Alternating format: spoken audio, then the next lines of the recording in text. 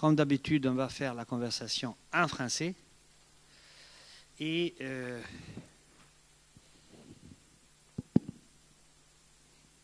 avant tout, je remercie Michel pour avoir accepté. Et je salue la présence de Lorenzo Codelli depuis toujours une des âmes de Positif, notamment une des âmes italiennes de Positif. Alors, moi, je voudrais commencer par un souvenir de toi, de Pierre Rissien, parce que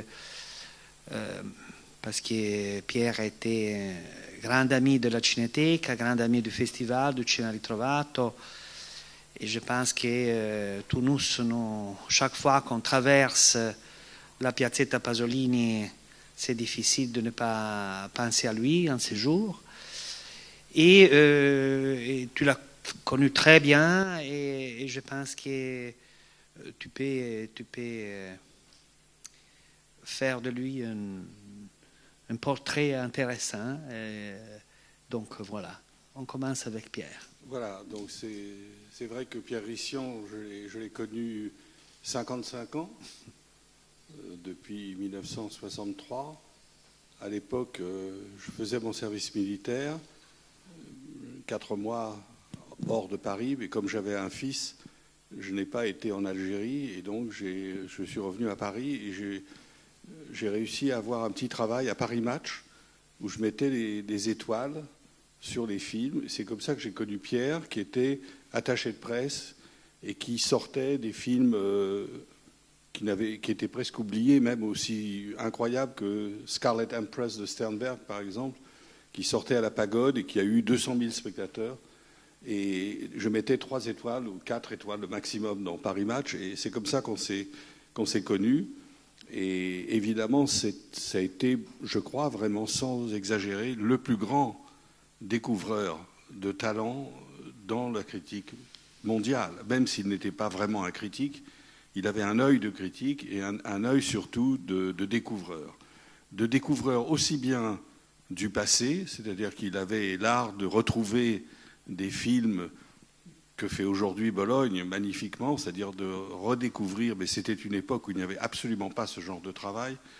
Donc avec Bertrand Tavernier ensuite, qui est venu l'épauler, le seconder, Rissien a redécouvert Sternberg, McCarey, Walsh, etc. Mais aussi un grand découvreur de talents nouveaux.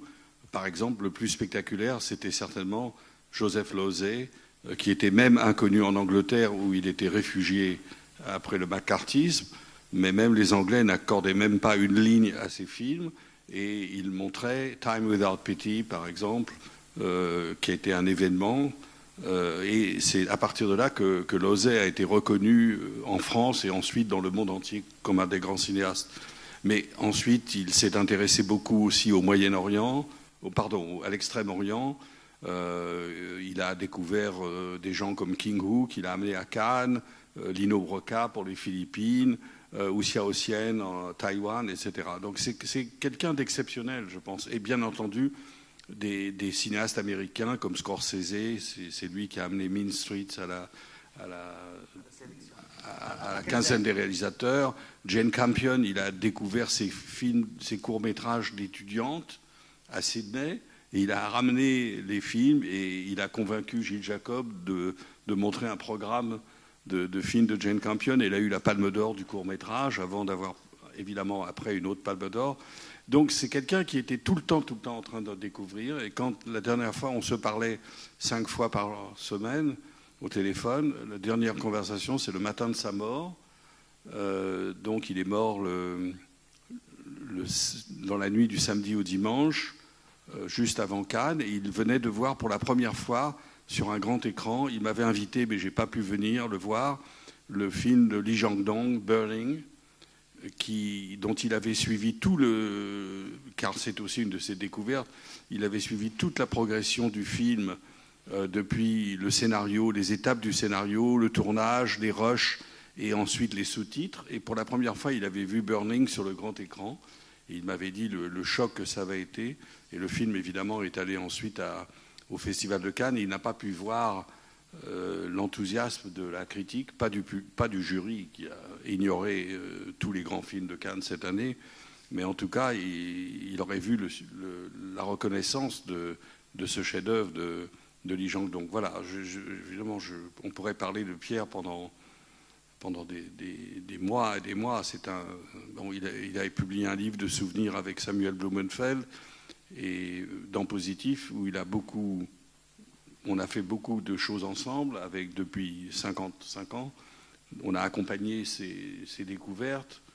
Jerry Schatzberg, par exemple, qui était ignoré absolument aux États-Unis avec Puzzle of a Downfall Shrine, qui était assassiné comme 2001, comme 2001 par toute la critique américaine. Pas toutes, mais beaucoup de grands critiques américains. Donc il a sauvé Portrait d'une enfant déchue et ensuite il a amené Scarecrow à Cannes, qui a eu la Palme d'Or, voilà, et Kiarostami, enfin bref. Donc ça me fait plaisir de pouvoir évoquer le souvenir de Pierre, qui venait évidemment tous les ans ici. Mais je voudrais d'abord commencer, puisque nous allons parler du cinéma italien, de vous annoncer, pour ceux qui ne le savent pas, la disparition dimanche dernier de Paul-Louis Tirard. Oui, j'ai pensé de terminer avec lui. Donc, alors on terminera avec lui. Mais je voulais dire parce que, évidemment... Non, mais on commence justement par lui, parce que la disparition de Tirard, c'est un lutte... et en plus, c'est, disons, les premiers liens entre Bologne, Lyon, Positif, la France, ça a été entre Renzo Renzi et Tirard, parce que Renzo Renzi, qui a été un des fondateurs de la Cineteca, avait créé la première série de livres, la première collection de livres sur le cinéma, des publications italiennes sur le cinéma, qui était dans le Soggetto al film, cette série extraordinaire créée au début des années 60, et ça a été Tirard à la traduire et la publier en France. Et donc les premiers liens entre nous, Bologne, la Cineteca et la France passaient à travers Tirard, qui après est toujours venu à Bologne, a toujours collaboré au festival. Et donc c'est une lutte qui nous touche profondément. Oui, évidemment, tu as cité Lorenzo Codelli, qui a été un élément essentiel dans l'exploration du cinéma italien à Positif. Mais il faut dire que moi, je suis un peu la deuxième génération. Je suis arrivé à Positif en 63. Tirard est arrivé en 53, un an après la création de Positif. Et il fait partie de cette première génération qui était très italianisant. C'est-à-dire Roger Tailleur aussi, avec lequel il a écrit un livre magnifique sur Antonioni, le premier livre en France sur Antonioni. Après, il a écrit un autre livre sur Visconti. Mais Tirard avait appris l'italien comme ça, comme Tailleur. Et ils allaient tout le temps à Venise, ils allaient en Italie voir à Porretta Terme, à Pesaro, et même il allait encore récemment à Udine et bien sûr à Bologne. Donc ça a été vraiment, il faisait beaucoup de traductions, et il a fait aussi, c'était quelqu'un qui avait un sens très drôle, un sens de l'humour. Il avait créé un metteur en scène qui n'existait pas, Maurice Burnand. Il y a eu un numéro spécial, 30 pages, où tous les historiens ont collaboré pour faire croire à ce mythe de Burnand. Et il avait aussi inventé, c'était l'époque où, c'est toujours l'époque, c'est toujours aujourd'hui, où on aimait découvrir des cinémas où il n'y avait que des chefs-d'œuvre bulgares ou des chefs-d'œuvre portugais. Et alors il avait créé la Moldavie, il avait fait un article sur le cinéma moldave, comme ça, qui était très très drôle sur l'originalité absolue de certains cinémas qu'on ne connaît pas assez. Voilà.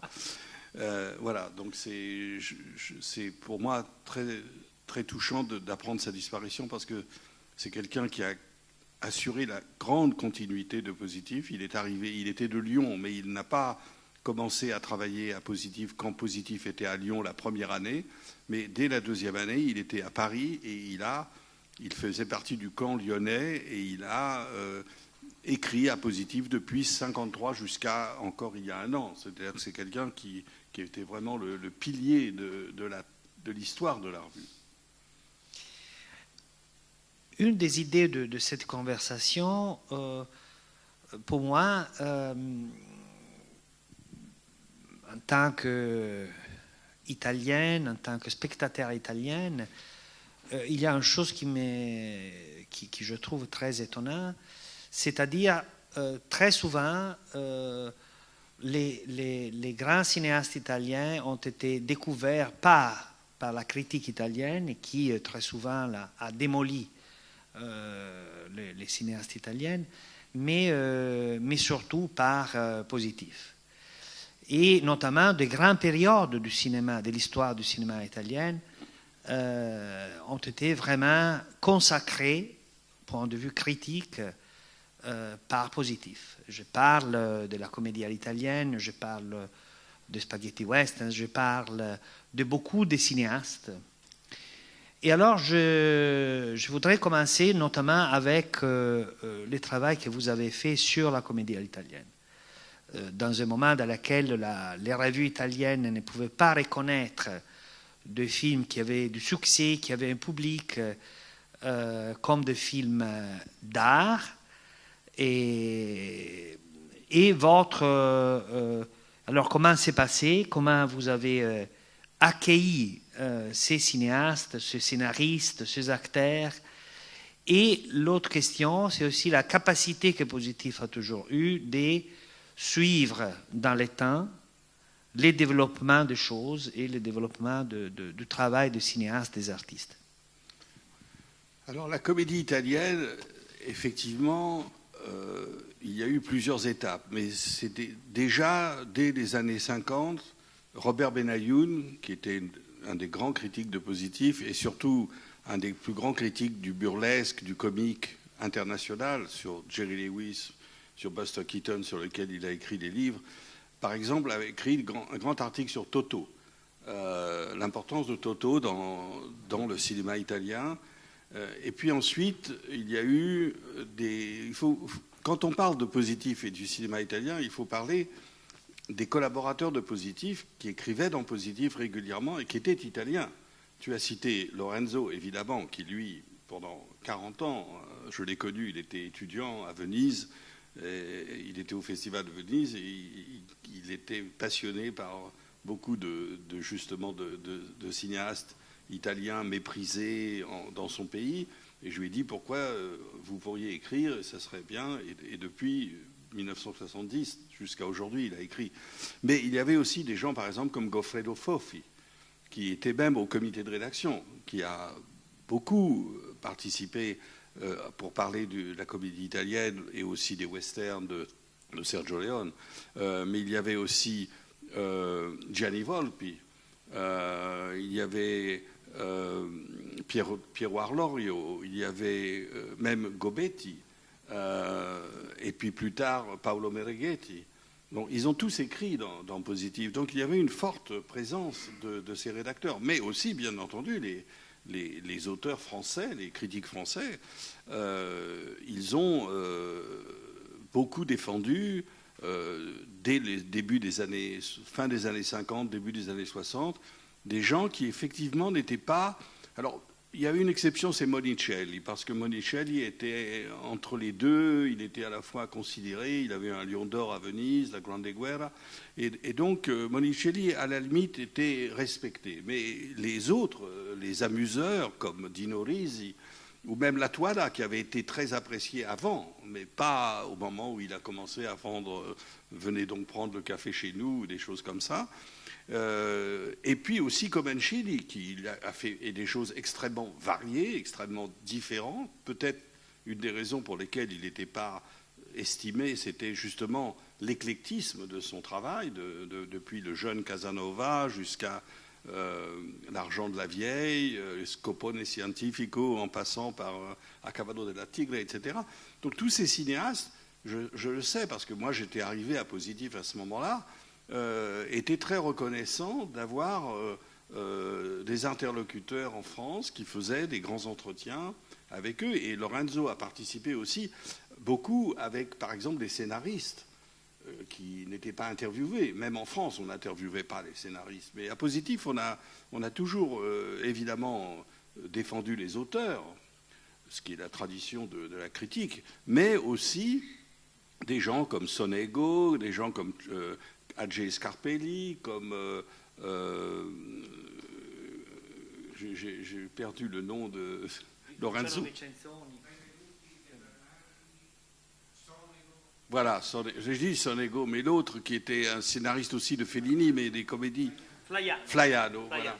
Donc tous ces gens-là ont été interviewés et honorés, et c'était très important. Et ce qui m'a toujours frappé dans le cinéma italien, c'est que les gens pouvaient à la fois, Suso Cecchi d'Amico, évidemment, la plus connue sans doute, mais ils pouvaient, ou même Solinas, ils pouvaient écrire des westerns, ils pouvaient écrire des comédies, et puis aussi travailler avec les grands auteurs, avec Visconti, avec Antonioni, Tonino Guerra, par exemple.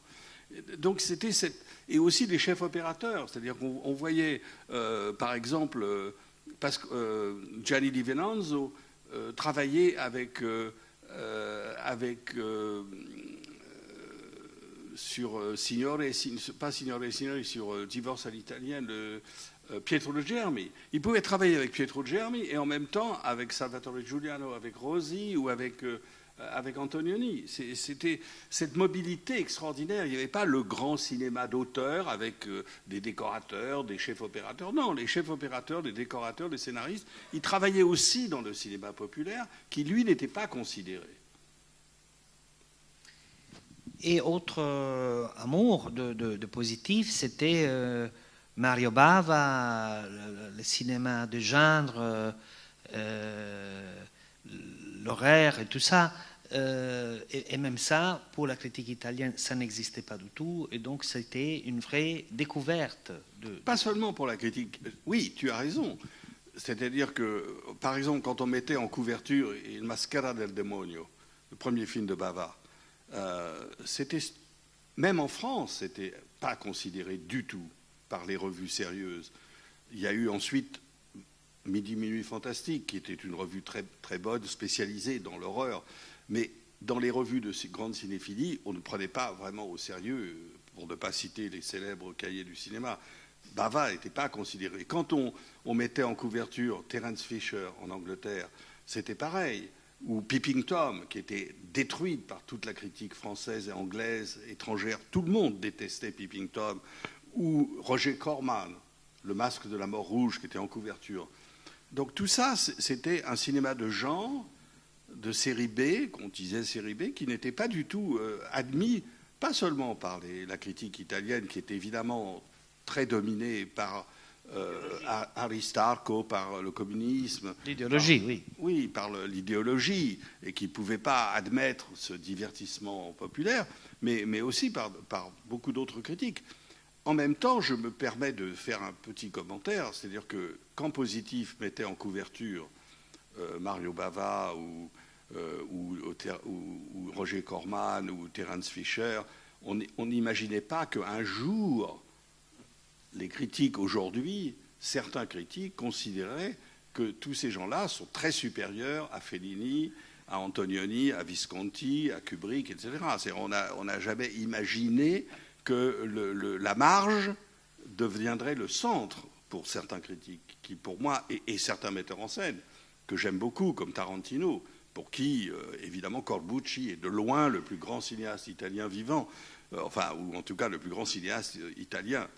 Je pense que c'est horrible. C'est-à-dire qu'on est arrivé à une inversion des valeurs absolues. C'est-à-dire qu'il fallait, bien sûr, défendre ce cinéma bis. Il fallait le reconnaître. Il existait, il était bien. Mais de là à ce qu'il remplace, ou qu'en Amérique, on considère que, je ne sais pas, quelques cinéastes de série B de western, c'est aussi beau ou même mieux que John Ford. Je pense que c'est la confusion totale. C'est l'absence du canon, c'est l'absence de ce qu'on a pendant 2000 ans accepté, c'est-à-dire qu'il y a tout de même un canon avec des références majeures, et même ceux-là ont besoin d'être défendus. Mais on n'imaginait pas que ce travail qu'on a fait de pionnier allait devenir l'évangile. Oui, et à l'intérieur du canon, chose qui est positive, a toujours fait d'une manière, à mon avis, exemplaire, c'est le fait de ne pas imaginer qu'il y avait le cinéma d'auteur d'un côté et le cinéma de série B de l'autre, de genre, oui. de genre de l'autre, mais de voir les deux ensemble. Et je pense que ça reste encore aujourd'hui l'approche essentielle et les bonnes approches sur lesquelles vous avez été les premiers. Alors, en restant sur ça, alors encore un mot sur les Western Spaghetti, sur Sergio Leone notamment. Ah oui, alors Sergio Leone, c'était un peu compliqué parce que je ne veux pas faire une légende dorée. C'est-à-dire, par exemple, per un pugno di tasca. Non, pas. Per un pugno di dollari. Oui, pugno di dollari. Je sais par exemple que Roger Tailleur, qui était un très grand critique, peut-être pour moi, avec Benayoun, les deux grands critiques de cette époque à positif, il n'aimait pas Leone parce qu'il aimait trop le western. Et donc mais Fofi a défendu ça. Et ensuite, moi-même, j'ai écrit par exemple une grande étude sur Il était une fois dans l'Ouest, plusieurs pages. Je sais que Leone avait été très touché par cet éloge que j'avais fait de lui, cette analyse, parce que pour lui, c'était important que dans une revue de cinéphilie pure, dure, on reconnaisse son talent. Et ensuite, Leone est devenu une référence majeure, incontestablement. Je ne dirais pas sur son premier western, mais sur les autres après. J'ai d'ailleurs une anecdote à ce sujet, c'est que il m'avait invité à venir le voir quand j'étais à Rome à déjeuner avec lui à Cinecittà. Et donc, je suis allé à Cinecittà et il m'a dit, Michel, on va déjeuner ensemble, mais avant, j'ai un rendez-vous avec 2 journalistes allemands, et vous pouvez vous asseoir avec eux et moi, et après on ira déjeuner. Mais, donc les 2 journalistes allemands, première question, Monsieur Leone, vous êtes le maître du western spaghetti. Alors, il dit, je déteste cette expression, c'est une horrible expression. Je connais mieux l'ouest de l'Amérique que la plupart des Américains. Je connais les armes, je connais les costumes, je connais les architectures, je connais les traditions. J'ai une documentation incroyable. Mais quand vous rencontrez M. Kubrick, après Spartacus, est-ce que vous lui avez demandé j'aime beaucoup les hamburgers épiques, parce que M. Kubrick, il ne connaît pas la Rome antique, il n'est pas italien, etc. Vous ne lui dites pas le hamburger épique pour Spartacus. Pourquoi vous dites le western spaghetti? Voilà. Et alors, on vient aux italiennes, les grandes, aux découvertes. Je commence avec Ferreri, que vous avez suivi dès le début et sur toute la carrière. Oui, Ferreri. Alors écoutez, je vais faire une petite parenthèse. Je vais parler de Ferreri aussi. En 1960, pour le 50e anniversaire de Positif, c'est-à-dire je crois en 2002, on a demandé à chaque collaborateur, 50 collaborateurs, de raconter l'année cinématographique où ils ont commencé à écrire dans Positif. Et moi, j'ai retrouvé l'année 1963, qui est la première année où j'ai écrit. Et je disais que pour moi, alors évidemment les dates des films ne sont pas toujours les mêmes parce qu'ils sortaient en France parfois 2 ans après l'Italie. Mais je disais que pour moi, en 1963, les films vraiment importants, ce n'était pas Landru et Ophélia de Chabrol, ce n'était pas Le Petit Soldat et les Carabiniers de Godard, c'était 8 et demi, Le Guépard, Salvatore Giuliano, qui est sorti après, Mamba sur la ville, L'été violent et Cronaca familiare de Zurlini, Il sorpasso de Risi, La Peregina de Ferreri, Il posto d'Olmi, Banditi a Orgosolo de De Seta, et même des films mineurs comme Le procès à Vérone de Lizzani et Senilita de Bolognini. Voilà. Tous ces films italiens sont sortis en France en 1963. Et pour moi, le grand cinéma, pas parce que je dis je n'aime pas la Nouvelle Vague a fait des très beaux films, mais pour moi, cette année-là, 1963, les cinémas majeurs pour moi, il n'y avait pas de comparaison entre 8,5 et les Carabiniers de Godard. Pour moi, 8,5 était... Et je pense qu'avec la distance, le film qui reste le plus, c'est tout de même 8,5. Ou Salvatore Giuliano, ou même un peu avant l'Aventura. C'était pour moi ça, le très très grand cinéma. Je crois que le succès de la Nouvelle Vague, qui est justifié, mais l'énorme réputation de la Nouvelle Vague auprès des jeunes, je le comprends très bien. C'est-à-dire que quand on voit À bout de souffle, quand on voit Les 400 coups, quand on voit Le Beau Serge, les premiers films de Truffaut, de Godard, de Chabrol, n'importe quel jeune, il dit « Demain matin, je fais ça. Je vais faire mon premier film. » Quand il voit Otto e Mezzo, L'Aventura, Salvatore Giuliano, Il Gattopardo, il ne peut pas dire « Demain, je vais faire ce film-là. » Quand il a vu 2001, A Space Odyssey, il ne dit pas oh, « Demain, je vais faire du cinéma. » C'est formidable, c'est facile. On écrit un dialogue sur un bout de papier, on fait des scènes dans une salle de bain, un homme et une femme dans la rue. Non, c'est pas pour dire du mal de ces films français. Mais pour moi, j'avais 25 ans, les films immenses que je voyais, c'était pour moi vraiment les films italiens. Je fais une exception pour René, évidemment, quand j'ai vu Hiroshima, mon amour, mais aussi Hiroshima, mon amour, ou Muriel, ou Marienbad, on ne dit pas ah, demain matin, je fais Hiroshima, mon amour, parce que c'est des films immenses, immenses du point de vue stylistique, du point de vue de la conception intellectuelle, etc. Voilà. Alors pour en revenir à Ferreri, c'est vrai que, bon, il faut dire que beaucoup de gens ici le savent, mais peut-être pas tout le monde, c'est-à-dire c'est une revue qui a été au début très proche du surréalisme. Plusieurs écrivains de positif, Robert Benayoun, Gérard Legrand, même des gens comme Georges Goldfein, comme Alain Joubert, etc., étaient membres du groupe surréaliste qui s'est toujours intéressé au cinéma, contrairement à beaucoup d'intellectuels français de l'ancienne génération. Ils allaient au cinéma, ils voyaient les films, Artaud, Desnos, Breton, Perret, etc. Et donc la nouvelle génération, tous les jeunes, étaient aussi très passionnés par le cinéma et ils écrivaient à positif. Ils avaient même avant créé une revue, Ado Kirou, et bien sûr Ado Kirou, une figure importante.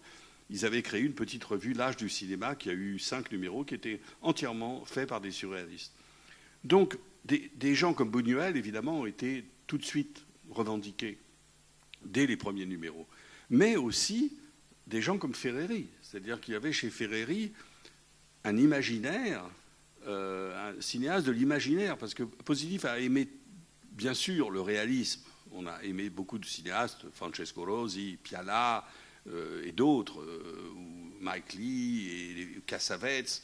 Mais la spécificité, je crois, de la revue, son originalité, c'est d'avoir été toujours à la recherche de l'imaginaire au cinéma et de défendre les grands cinéastes de l'imaginaire, qui sont souvent moins accueillis que les cinéastes de la réalité. C'est plus facile d'accepter les 400 coups que d'accepter Marienbad, parce que ou Fellini, ou Tarkovsky, ou Kubrick, ou Buñuel, parce que les grands cinéastes de l'imaginaire, il faut accepter d'entrer dans un univers du rêve personnel, alors que le réalisme, tout le monde le partage. Donc les cinéastes réalistes ont toujours été acceptés. Piala, Truffaut, ils n'ont pas eu de problème avec la critique. Par contre, des gens comme Buñuel, comme Polanski, comme Kubrick, ils ont toujours, pas toujours, mais ils ont eu souvent de très gros problèmes où leurs films ont été sifflés, refusés. Fellini est un exemple majeur. Et donc Ferreri, même si je ne dirais pas que c'est un cinéaste de l'imaginaire comme Fellini, néanmoins, il y a chez lui une recherche très profonde de l'originalité et du décalage par rapport à la réalité. Et à propos de la réalité, un autre cinéaste que vous avez suivi sur toute sa vie, même quand il était très attaqué par les autres, c'est Francesco Rosi, par exemple, contre Danet même, qui avait parlé de Chronique d'une merde annoncée, ou même Goffredo Foffi qui avait collaboré sur Positif et qui avait beaucoup attaqué Rosi. Mais au contraire, vous l'avez suivi sur toute la carrière, avec une grande fidélité, avec une grande attention. Oui, Rosi, je l'ai connu, j'avais vu évidemment La Sfida et I Magliari, mais le choc pour moi, un des grands chocs de ma vie, c'était Salvatore Giuliano, que je pense est un chef-d'œuvre de l'histoire du cinéma et un des grands films politiques qui a eu une influence partout, en Amérique du Sud, dans les pays de l'Est, partout, ou en Angleterre. C'est tous les cinéastes qui font de la politique, qui parlent du monde politique, c'est la référence suprême. Et c'est vrai que Rosi n'a pas été considéré régulièrement comme un cinéaste aussi important, alors que pour moi, c'est une série de films très très importants, même si on peut dire que la fin de sa vie, les films sont moins importants, ça reste des beaux films, mais pas aussi grands que, même jusqu'à Cristo si è fermato a Eboli, jusqu'à Tre Fratelli, ça reste des films absolument exceptionnels. Et je sais que, par exemple, j'ai eu beaucoup de mal que la Cinémathèque française accepte de faire un hommage à Rosi. Ils ont accepté quand il avait 83 ans, et il est venu à Paris, mais on ne voulait pas parce que les cahiers du cinéma détestaient Rosi. Et j'ai dit à Costa Gavras, je dis, vous, le président de la Cinémathèque, que j'aime beaucoup, qui est un homme très, très remarquable, je lui ai dit, mais écoutez, Costa, vous lui devez tout. Il est le modèle de Salvatore Giuliano, c'est le modèle de tout le cinéma politique. Ken Loach admire Rosi, Oliver Stone, etc. Mais il a fait mieux que tout le monde. C'est le plus grand cinéaste de la politique au cinéma, des problèmes politiques. Le plus grand. Je crois qu'il n'y a pas de discussion. Quand on voit Salvatore Giuliano, c'est un film exceptionnel, et Mani sulla città et d'autres films. Donc, ils ont finalement fait un hommage. Mais vous voyez à quel point les problèmes de chapelle, des problèmes de groupuscules qui défendent des gens les uns contre les autres, c'est pas grave, parce que finalement les œuvres restent. C'est-à-dire que j'ai montré à Marseille l'année dernière Mani sulla città, c'était un triomphe, il y avait 500 personnes, c'est pourtant un film très topique, c'est un film lié au conseil municipal de Naples en 1962. On peut dire 60 ans après, c'est fini, ça n'intéresse plus personne. Non, c'est pas fini, non, ça on ne peut pas dire. Et le film reste totalement présent. On regarde Mani sulla città comme si c'était les problèmes d'aujourd'hui. Ça reste, même si c'est un film complètement lié à un moment de la vie. Oui, ici, il n'y a pas seulement une question du cinéma, il y a un problème sur l'Italie qui est un pays qui ne change jamais. Oui. Donc ce n'est pas seulement la capacité du cinéaste de prévoir la modernité, de rester moderne, c'est aussi l'incapacité du pays de changer. Oui. Alors je sais que par exemple à Marseille, il y avait 500 personnes dans la salle, c'était un triomphe incroyable, mais il y a une personne qui s'est levée qui m'a dit, écoutez monsieur, ce film c'est complètement vieux, c'est dépassé, Godard, lui, il raconte pas des histoires avec un début, un milieu, une fin, et c'est un cinéaste beaucoup plus important. À l'époque de Rosi, Godard faisait des films. Je lui ai dit, écoutez monsieur, d'accord, vous dites ça, vous avez peut-être raison, l'année prochaine je reviens et on fait dans la même soirée Salvatore Giuliano et Lotte in Italia, le film de Godard maoïste de début des années 70, et le public jugera. 60 ans après, c'est la distance qui permet vraiment de commencer à voir un peu l'histoire du cinéma. On va montrer Lotte in Italia et Salvatore Giuliano, et vous nous direz lequel des deux vous paraît le film le plus moderne et le plus original. Autre cinéaste, encore un autre cinéaste très différent, vu la variété extraordinaire du cinéma italien, Ermanno Olmi, donc un metteur en scène qui en Italie a été vu comme metteur en scène catholique, donc très suivi par la critique catholique et détesté par l'autre, et que vous avez suivi très bien sur toute sa carrière. Oui, Positif est une revue ça a été une revue. Aujourd'hui, on va pas, quand on voit les dictateurs sanguinaires qui gouvernent la planète, ou les clowns qui ne sont pas encore sanguinaires, qui gouvernent les États-Unis, évidemment, aujourd'hui, l'anticléricalisme, c'est un peu ridicule. Je veux dire, attaquer le pape, je veux dire, il y a tellement pire dans le monde aujourd'hui, dans la gouvernance, que c'est un peu... Et surtout, c'est difficile de trouver mieux. Oui. Donc, ce qui est vrai, c'est que, malgré cet anticléricalisme qui existait, on a été des grands défenseurs d'Olmi, depuis il posto fidanzati. Et moi-même, j'étais au jury à Cannes en 78. Et à l'unanimité, il y avait Lee Woolman, il y avait Konchalovsky qui était au jury, on a donné la Palme d'Or à l'unanimité à l'Albero dei Zoccoli. Donc c'est un cinéaste très, très important qui vient de disparaître. Lorenzo, qui est là aussi, avait fait beaucoup d'entretiens avec lui, etc. Des livres aussi essentiels. Pour défendre Olmi. Qui est évidemment dans la tradition. Il a commencé à peu près en même temps que Rosi. C'était un peu la même génération de Seta, mais qui n'a pas confirmé. Mais il y avait Olmi de Seta, Rosi. C'était une sorte de nouveau réalisme, même si chez Rosi c'est un réalisme critique. Mais c'était une nouvelle génération qui apportait beaucoup de choses au cinéma. Autre metteur en scène que vous avez suivi, c'est Marco Bellocchio.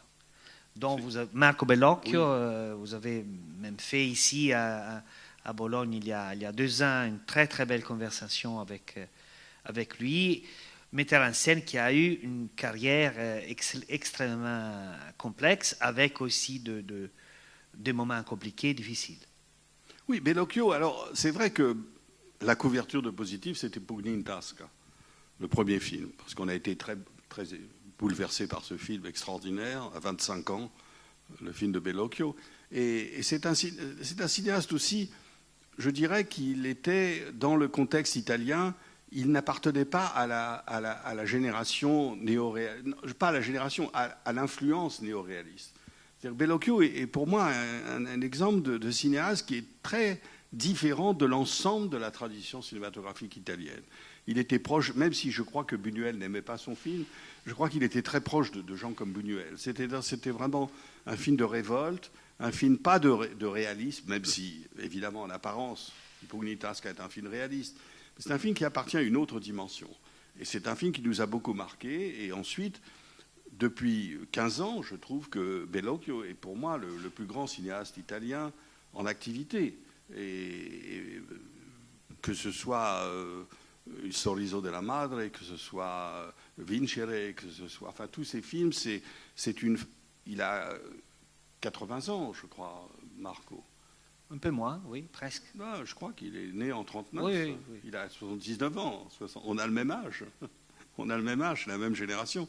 Et je pense que c'est une des forces les plus fortes, les plus vitales aujourd'hui dans le cinéma italien. Il a une continuité dans son travail, même s'il a eu une période intermédiaire où, sous l'influence d'un psychanalyste, il était un peu moins inspiré. Mais quand on voit de Pugni in Tasca aux films les plus récents, c'est tout de même une extraordinaire filmographie. Sans doute. Fellini, peut-être. Fellini.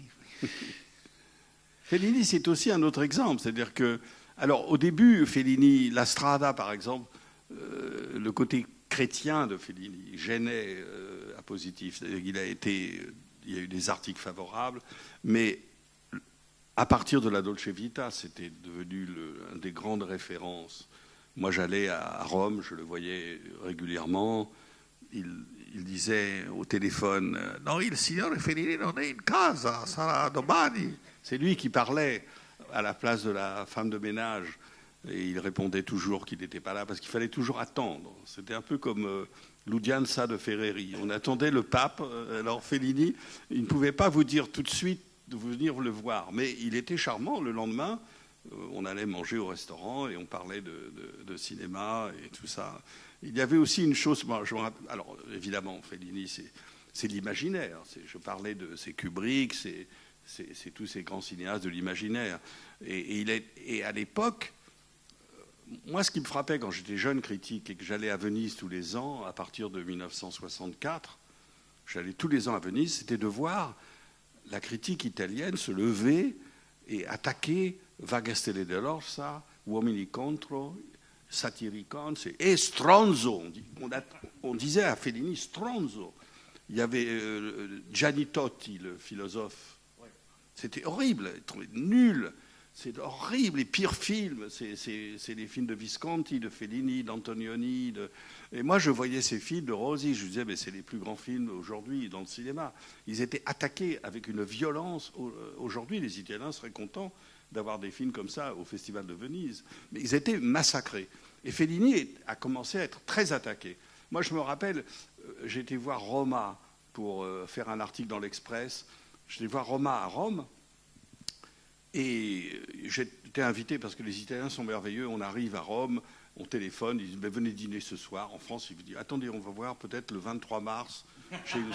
J'ai une soirée de libre, on peut organiser un dîner. Voilà. En Italie, on arrive, il y a déjà 15 personnes, c'est très sympathique. Donc j'allais dîner avec des amis italiens, etc. Et tout le monde me disait vous avez aimé ce film? Mais c'est ridicule. C'est pas Rome, ce n'est pas ça. Rome, ce n'est pas ça. Et après. Le lendemain, j'ai pris le taxi pour l'aéroport et je suis tombé dans un ingorgo incroyable où on était resté 4 heures sous la pluie, prisonnier des embouteillages. C'était Rome, qui était un film de l'imaginaire, mais un film totalement réaliste. C'est-à-dire que c'était vraiment Rome. Et Fellini était très méprisé par tout. Vraiment, je sais qu'il appréciait le soutien de la revue pour des films justement comme Roma, comme Casanova, etc., qui étaient très mal perçus par beaucoup de gens. Je ne dis pas qu'il n'y avait pas des... Bien sûr, il y avait des défenseurs, bien sûr, mais ce n'était pas admiré. Mais je me rappelle aussi un journaliste à Cannes qui vient voir Fellini et qui lui dit ah, j'ai rencontré un très grand cinéaste italien qui dit que tous les cinéastes italiens dont le nom se termine en ini sont de très mauvais cinéastes. Alors, Fellini... Bolognini, Savatini, Comencini, enfin, peu importe. Rossellini. Et Fellini dit c'est Viscontini qui vous a dit ça? Et c'était sûrement vrai. C'était sûrement vrai. Et cette belle tradition de découverte et de suivi continue. Donc maintenant, c'est Garrone, c'est Munzi, c'est Leonardo di Costanzo. Et alors, comment choisir? Comment voir les metteurs en scène qui méritent d'être suivis? Ça, c'est le problème du critique. C'est l'œil du critique. On parlait de Rician. J'ai admiré beaucoup Rician pour ça. C'est de savoir détecter. Nous, à Positif, on est fiers d'avoir mis en couverture une vingtaine de premiers films qui sont devenus des classiques, qui sont devenus des grands cinéastes, Wajda, Schatzberg, Cavalier et d'autres. Voilà, mais dans le cinéma italien, c'est vrai qu'il y a des gens, par exemple, comme Mario Martone, qu'on a beaucoup défendu. Il y a un cinéaste que j'aime beaucoup, mais j'arrive pas à retenir son nom, parce qu'aucun film n'est distribué. Je me suis battu pour que les distributeurs français... C'est un cinéaste sarde, de la Sardaigne, qui fait des films... Voilà, Meru. Très bon cinéaste. Très bon. Il a fait un film sur 2 petites filles, un peu comme des Asies. Comme des Asies. Mais il était montré à La Rochelle, mais il n'a jamais réussi à avoir une distribution. Bon, c'est vrai qu'il y a... Même en Italie, il n'avait pas une vraie distribution. C'était lui-même qui l'a amené. Ça a été un très bon succès ici, chez nous, et dans quelques villes. Donc même en Italie, il n'a pas eu une vraie distribution. J'étais au jury en France, là, à Villerupt. On a donné le prix à ce film, Lorenzo, tu sais, ce film qui se passe dans la Méditerranée avec justement, très original avec les réfugiés, le problème des réfugiés. Ouais, le film de Carpignano, Méditerranée, non? Tu l'as vu à Venise l'année dernière, il y a 2 ans. Un film Grésé, non pas... Bon, j'ai perdu le titre. Bien, le film a été très reconnu malgré tout. C'est un film qui se passe avec un journaliste, un peu peut-être... Di Segre. Segre, voilà, le film de Segre. C'est aussi un film très intéressant, avec une démarche très différente de Francesco Rosi, mais avec une sorte de distanciation par rapport aux problèmes justement de la Méditerranée, des réfugiés, très actuel avec tout ce qui se passe maintenant. Et par contre, est-ce qu'il y a eu des metteurs en scène reconnus et que vous n'avez pas, italiennes, que vous n'avez pas vraiment aimé? Oui, je dois dire par exemple qu'incontestablement, Pasolini n'a pas été vraiment... il était tellement défendu par... pour moi aussi, parce qu'il a fait de très beaux films, mais c'est aussi... c'est un peu comme Cocteau en France, c'est-à-dire c'est la figure de Pasolini, encore plus que Cocteau. le théoricien politique, le pamphlétaire, le poète, le romancier. Donc il arrivait avec aussi toute une aura. C'est pas un cinéaste comme Losey ou comme Rossi ou Kubrick qui sont des purs cinéastes. Pasolini avait avec lui tout un contexte culturel immense qui fait qu'on a donné peut-être pour moi plus d'importance à certains de ses films qu'il ne le méritait. La trilogie de la vie ne me paraît pas figurer dans les plus grands films de l'histoire du cinéma. Mais il y a des films de Pasolini qui étaient très forts. Moi, j'avais défendu Théorème, par exemple, quand j'avais vu à Venise. Non, c'est un cinéaste important auquel on n'a pas accordé sûrement assez d'intérêt. Et sur le cinéaste plus récent italien? Je pense, non, il y a eu des choses sur... on a beaucoup défendu Gomorrah quand il a fait un très bon film. Même le tout dernier, Dogman, on a apprécié le film. On n'a pas tellement aimé entre-temps les films de Garrone. Sorrentino, on est partagé, mais il y a des gens qui aiment beaucoup ce qu'il fait, d'autres moins. Ça dépend des films aussi. Donc, mais il faut que tu me dises si des erreurs. Non. Et alors, je voulais terminer notre conversation sur un thème qui évidemment est très, très évident aujourd'hui. On est dans une vie, on est dans une société qui veut être très superficielle. Donc la critique est en panne parce que la critique doit être un travail de profondeur. Et donc aujourd'hui, après 2 lignes, c'est déjà trop long. Et alors, quel est aujourd'hui l'avis de Positif dans ces mots qui va dans une autre direction? Je crois que la force de Positif et le fait que cette revue continue, même s'il y a une petite érosion, mais pas importante, mais qu'on continue à avoir tout de même peut-être 30 000 lecteurs, mais je ne parle pas d'acheteurs, parce que la revue est lue dans les bibliothèques, dans les couples, la femme le lit, l'homme le lit, le fils le lit, la fille le lit. Donc on doit avoir à peu près 30 000 lecteurs, on vend à peu près 8 000 exemplaires avec les abonnements et les ventes. Je crois que si on a continué à exister, c'est parce qu'on a voulu continuer dans le même chemin, c'est-à-dire la même rigueur, à la fois de découverte de la nouveauté, d'une fidélité à une politique, et aussi l'intérêt pour le cinéma du passé. Parce que pour moi, c'est pour ça qu'on vient à Bologne tous les ans, plusieurs, parce qu'il y a un lien étroit entre le passé et le présent. C'est-à-dire qu'on ne peut pas comprendre le moderne si on ne comprend pas l'ancien. C'est une interaction très, très importante. Et je crois que la place que l'on donne dans les dossiers à des metteurs en scène ou à des genres ou à des cinémas nationaux, à des thèmes, par exemple le dernier numéro sur les singes au cinéma que j'ai dirigé, c'est un sujet sur lequel il n'existe presque rien. Le singe au cinéma, c'est un sujet extraordinaire, depuis Tarzan, en passant par King Kong, jusqu'à Kubrick. Alors je vous conseille les films de cet après-midi à 2h30, rue de la Paix, dans lesquels... il y a une scène de singe très, très bizarre, inattendue. Alors, je voudrais tout de même, puisque ça se termine, je voudrais tout de même parler d'une chose qui me fascine, parce que ça prouve qu'on peut écrire, ça n'a aucune importance. Tout ce qu'on écrit n'a aucune importance, puisque les gens continuent tout le temps à répéter la même chose. Et une chose qui me frappe, et je ne veux pas donner l'impression que je fais un discours contre la nouvelle vague, mais cette idée que Godard et Truffaut, surtout Godard, répand tout le temps, nous sommes les premiers à avoir considéré l'auteur de film comme le metteur en scène.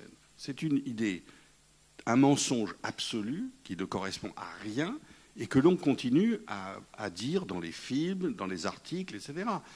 Si vous regardez les journaux, pas seulement les journaux spécialisés, mais les journaux des années 20, vous voyez qu'il y a des entretiens avec Fritz Lang, avec Murnau, avec Stroheim, avec Sjöström, avec Abel Gans, avec Lubitsch, avec René Clair, etc. C'est-à-dire que l'auteur de film, c'était le metteur en scène. Il y avait même beaucoup de films où on voyait le nom du metteur en scène au-dessus du titre. D.W. Griffith, et puis en dessous, il y avait en petit Lillian Gish. Donc cette mythologie que c'est à partir de 1955 qu'en France, on a enfin considéré le metteur en scène comme le responsable de son film, c'est absurde, ça ne correspond à rien. Non, ce que la critique française a fait, c'est d'étendre la notion d'auteur à Edgar Ulmer ou à des cinéastes de série B, etc., pour considérer que c'était des grands cinéastes. Ça, il y a eu des excès. Mais le fait, je veux dire, Jean Renoir, dans les années 30, ou Duvivier, ou Marcel Carné étaient considérés comme les auteurs de leurs films. Et je ne sais pas pourquoi on continue tout le temps à l'écrire, à le filmer, à le dire, etc. Et c'est totalement mythologique. Donc, c'est un peu désespérant parce qu'on a l'impression que ce qu'on écrit ne sert à rien. Oui et non, je pense. En ce qui me concerne, je pense le même de notre travail de la restauration. Je pense qu'au fond, ça ne sert à rien parce qu'un film reste un grand film même s'il n'est pas restauré. Mais de l'autre côté, ça sert à quelque chose. Parce que... non, mais je ne me serais pas permis d'étendre ma remarque. Non, mais moi, c'est ce que je pense de mon travail. Donc, mais en même temps, ce n'est pas vrai. Pour vous, c'est beaucoup plus concret. C'est-à-dire, vous restaurez des films que les gens vont voir. Nous, on dit, les auteurs de films existent depuis les années 20, et c'est comme si on n'avait rien dit. Donc, c'est très différent. Alors, dernière question. Quels sont, à votre avis, aujourd'hui, les grands risques de la critique? Qu'est-ce qu'un critique ne doit pas faire aujourd'hui? Peut-être ce qu'il doit faire déjà, c'est de fréquenter Bologne et de fréquenter la Cinémathèque française, etc. C'est-à-dire, je crois qu'il n'y a pas vraiment de vraie culture sans le passé. C'est fondamental. C'est-à-dire cette idée que on n'a pas besoin du tout de connaître les choses, etc. Mais même, je le vois dans la presse, par exemple, il y a 50 ans, les grands journaux français, ils prenaient comme collaborateurs des gens qui écrivaient dans des revues de cinéma.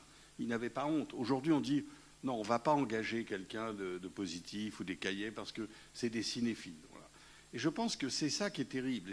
De même que l'espace que l'on donne aux articles. C'est-à-dire les grands journaux, je ne parle pas du Monde ou de Libération qui font, même si je ne suis pas d'accord avec eux, qui font un vrai travail d'information. Mais les hebdomadaires, par exemple, en France, si on regarde les hebdomadaires, on voit que la place du cinéma est devenue de plus en plus réduite et les articles sur les films sont devenus des articles de 15 lignes, sur la plupart des films, 15 lignes. Mais je crois que c'est parce que les directeurs de journaux eux-mêmes n'ont pas le temps de lire, parce qu'ils sont toujours dans des déjeuners, des dîners politiques, avec un ministre, avec une actrice, avec un économiste, avec un directeur de société. Et donc, ils pensent que, comme les lecteurs sont comme eux, ils pensent qu'à Dijon ou à Lille ou à Strasbourg, les gens n'ont pas le temps de lire et qu'il faut leur donner des choses très courtes. Et résultat, ils ont de moins en moins de lecteurs parce que les gens abandonnent la lecture des hebdomadaires qui croient qu'ils vont gagner des lecteurs en faisant des télégrammes plutôt que des articles.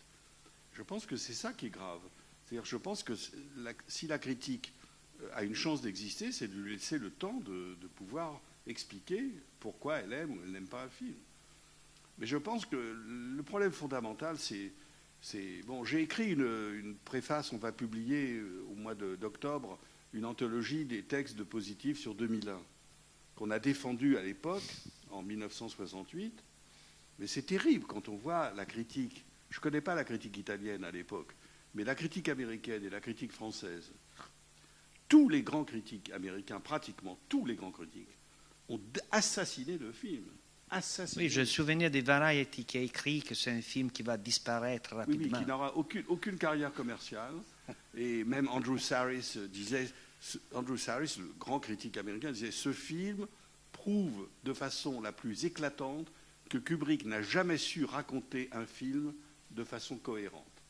Même Les Sentiers de la Gloire. » Et Pauline Kael disait « C'est un film d'une absence d'imagination colossale. » 2001. Une absence d'imagination colossale. Par contre, qui a peur de Virginia Woolf? Exceptionnel.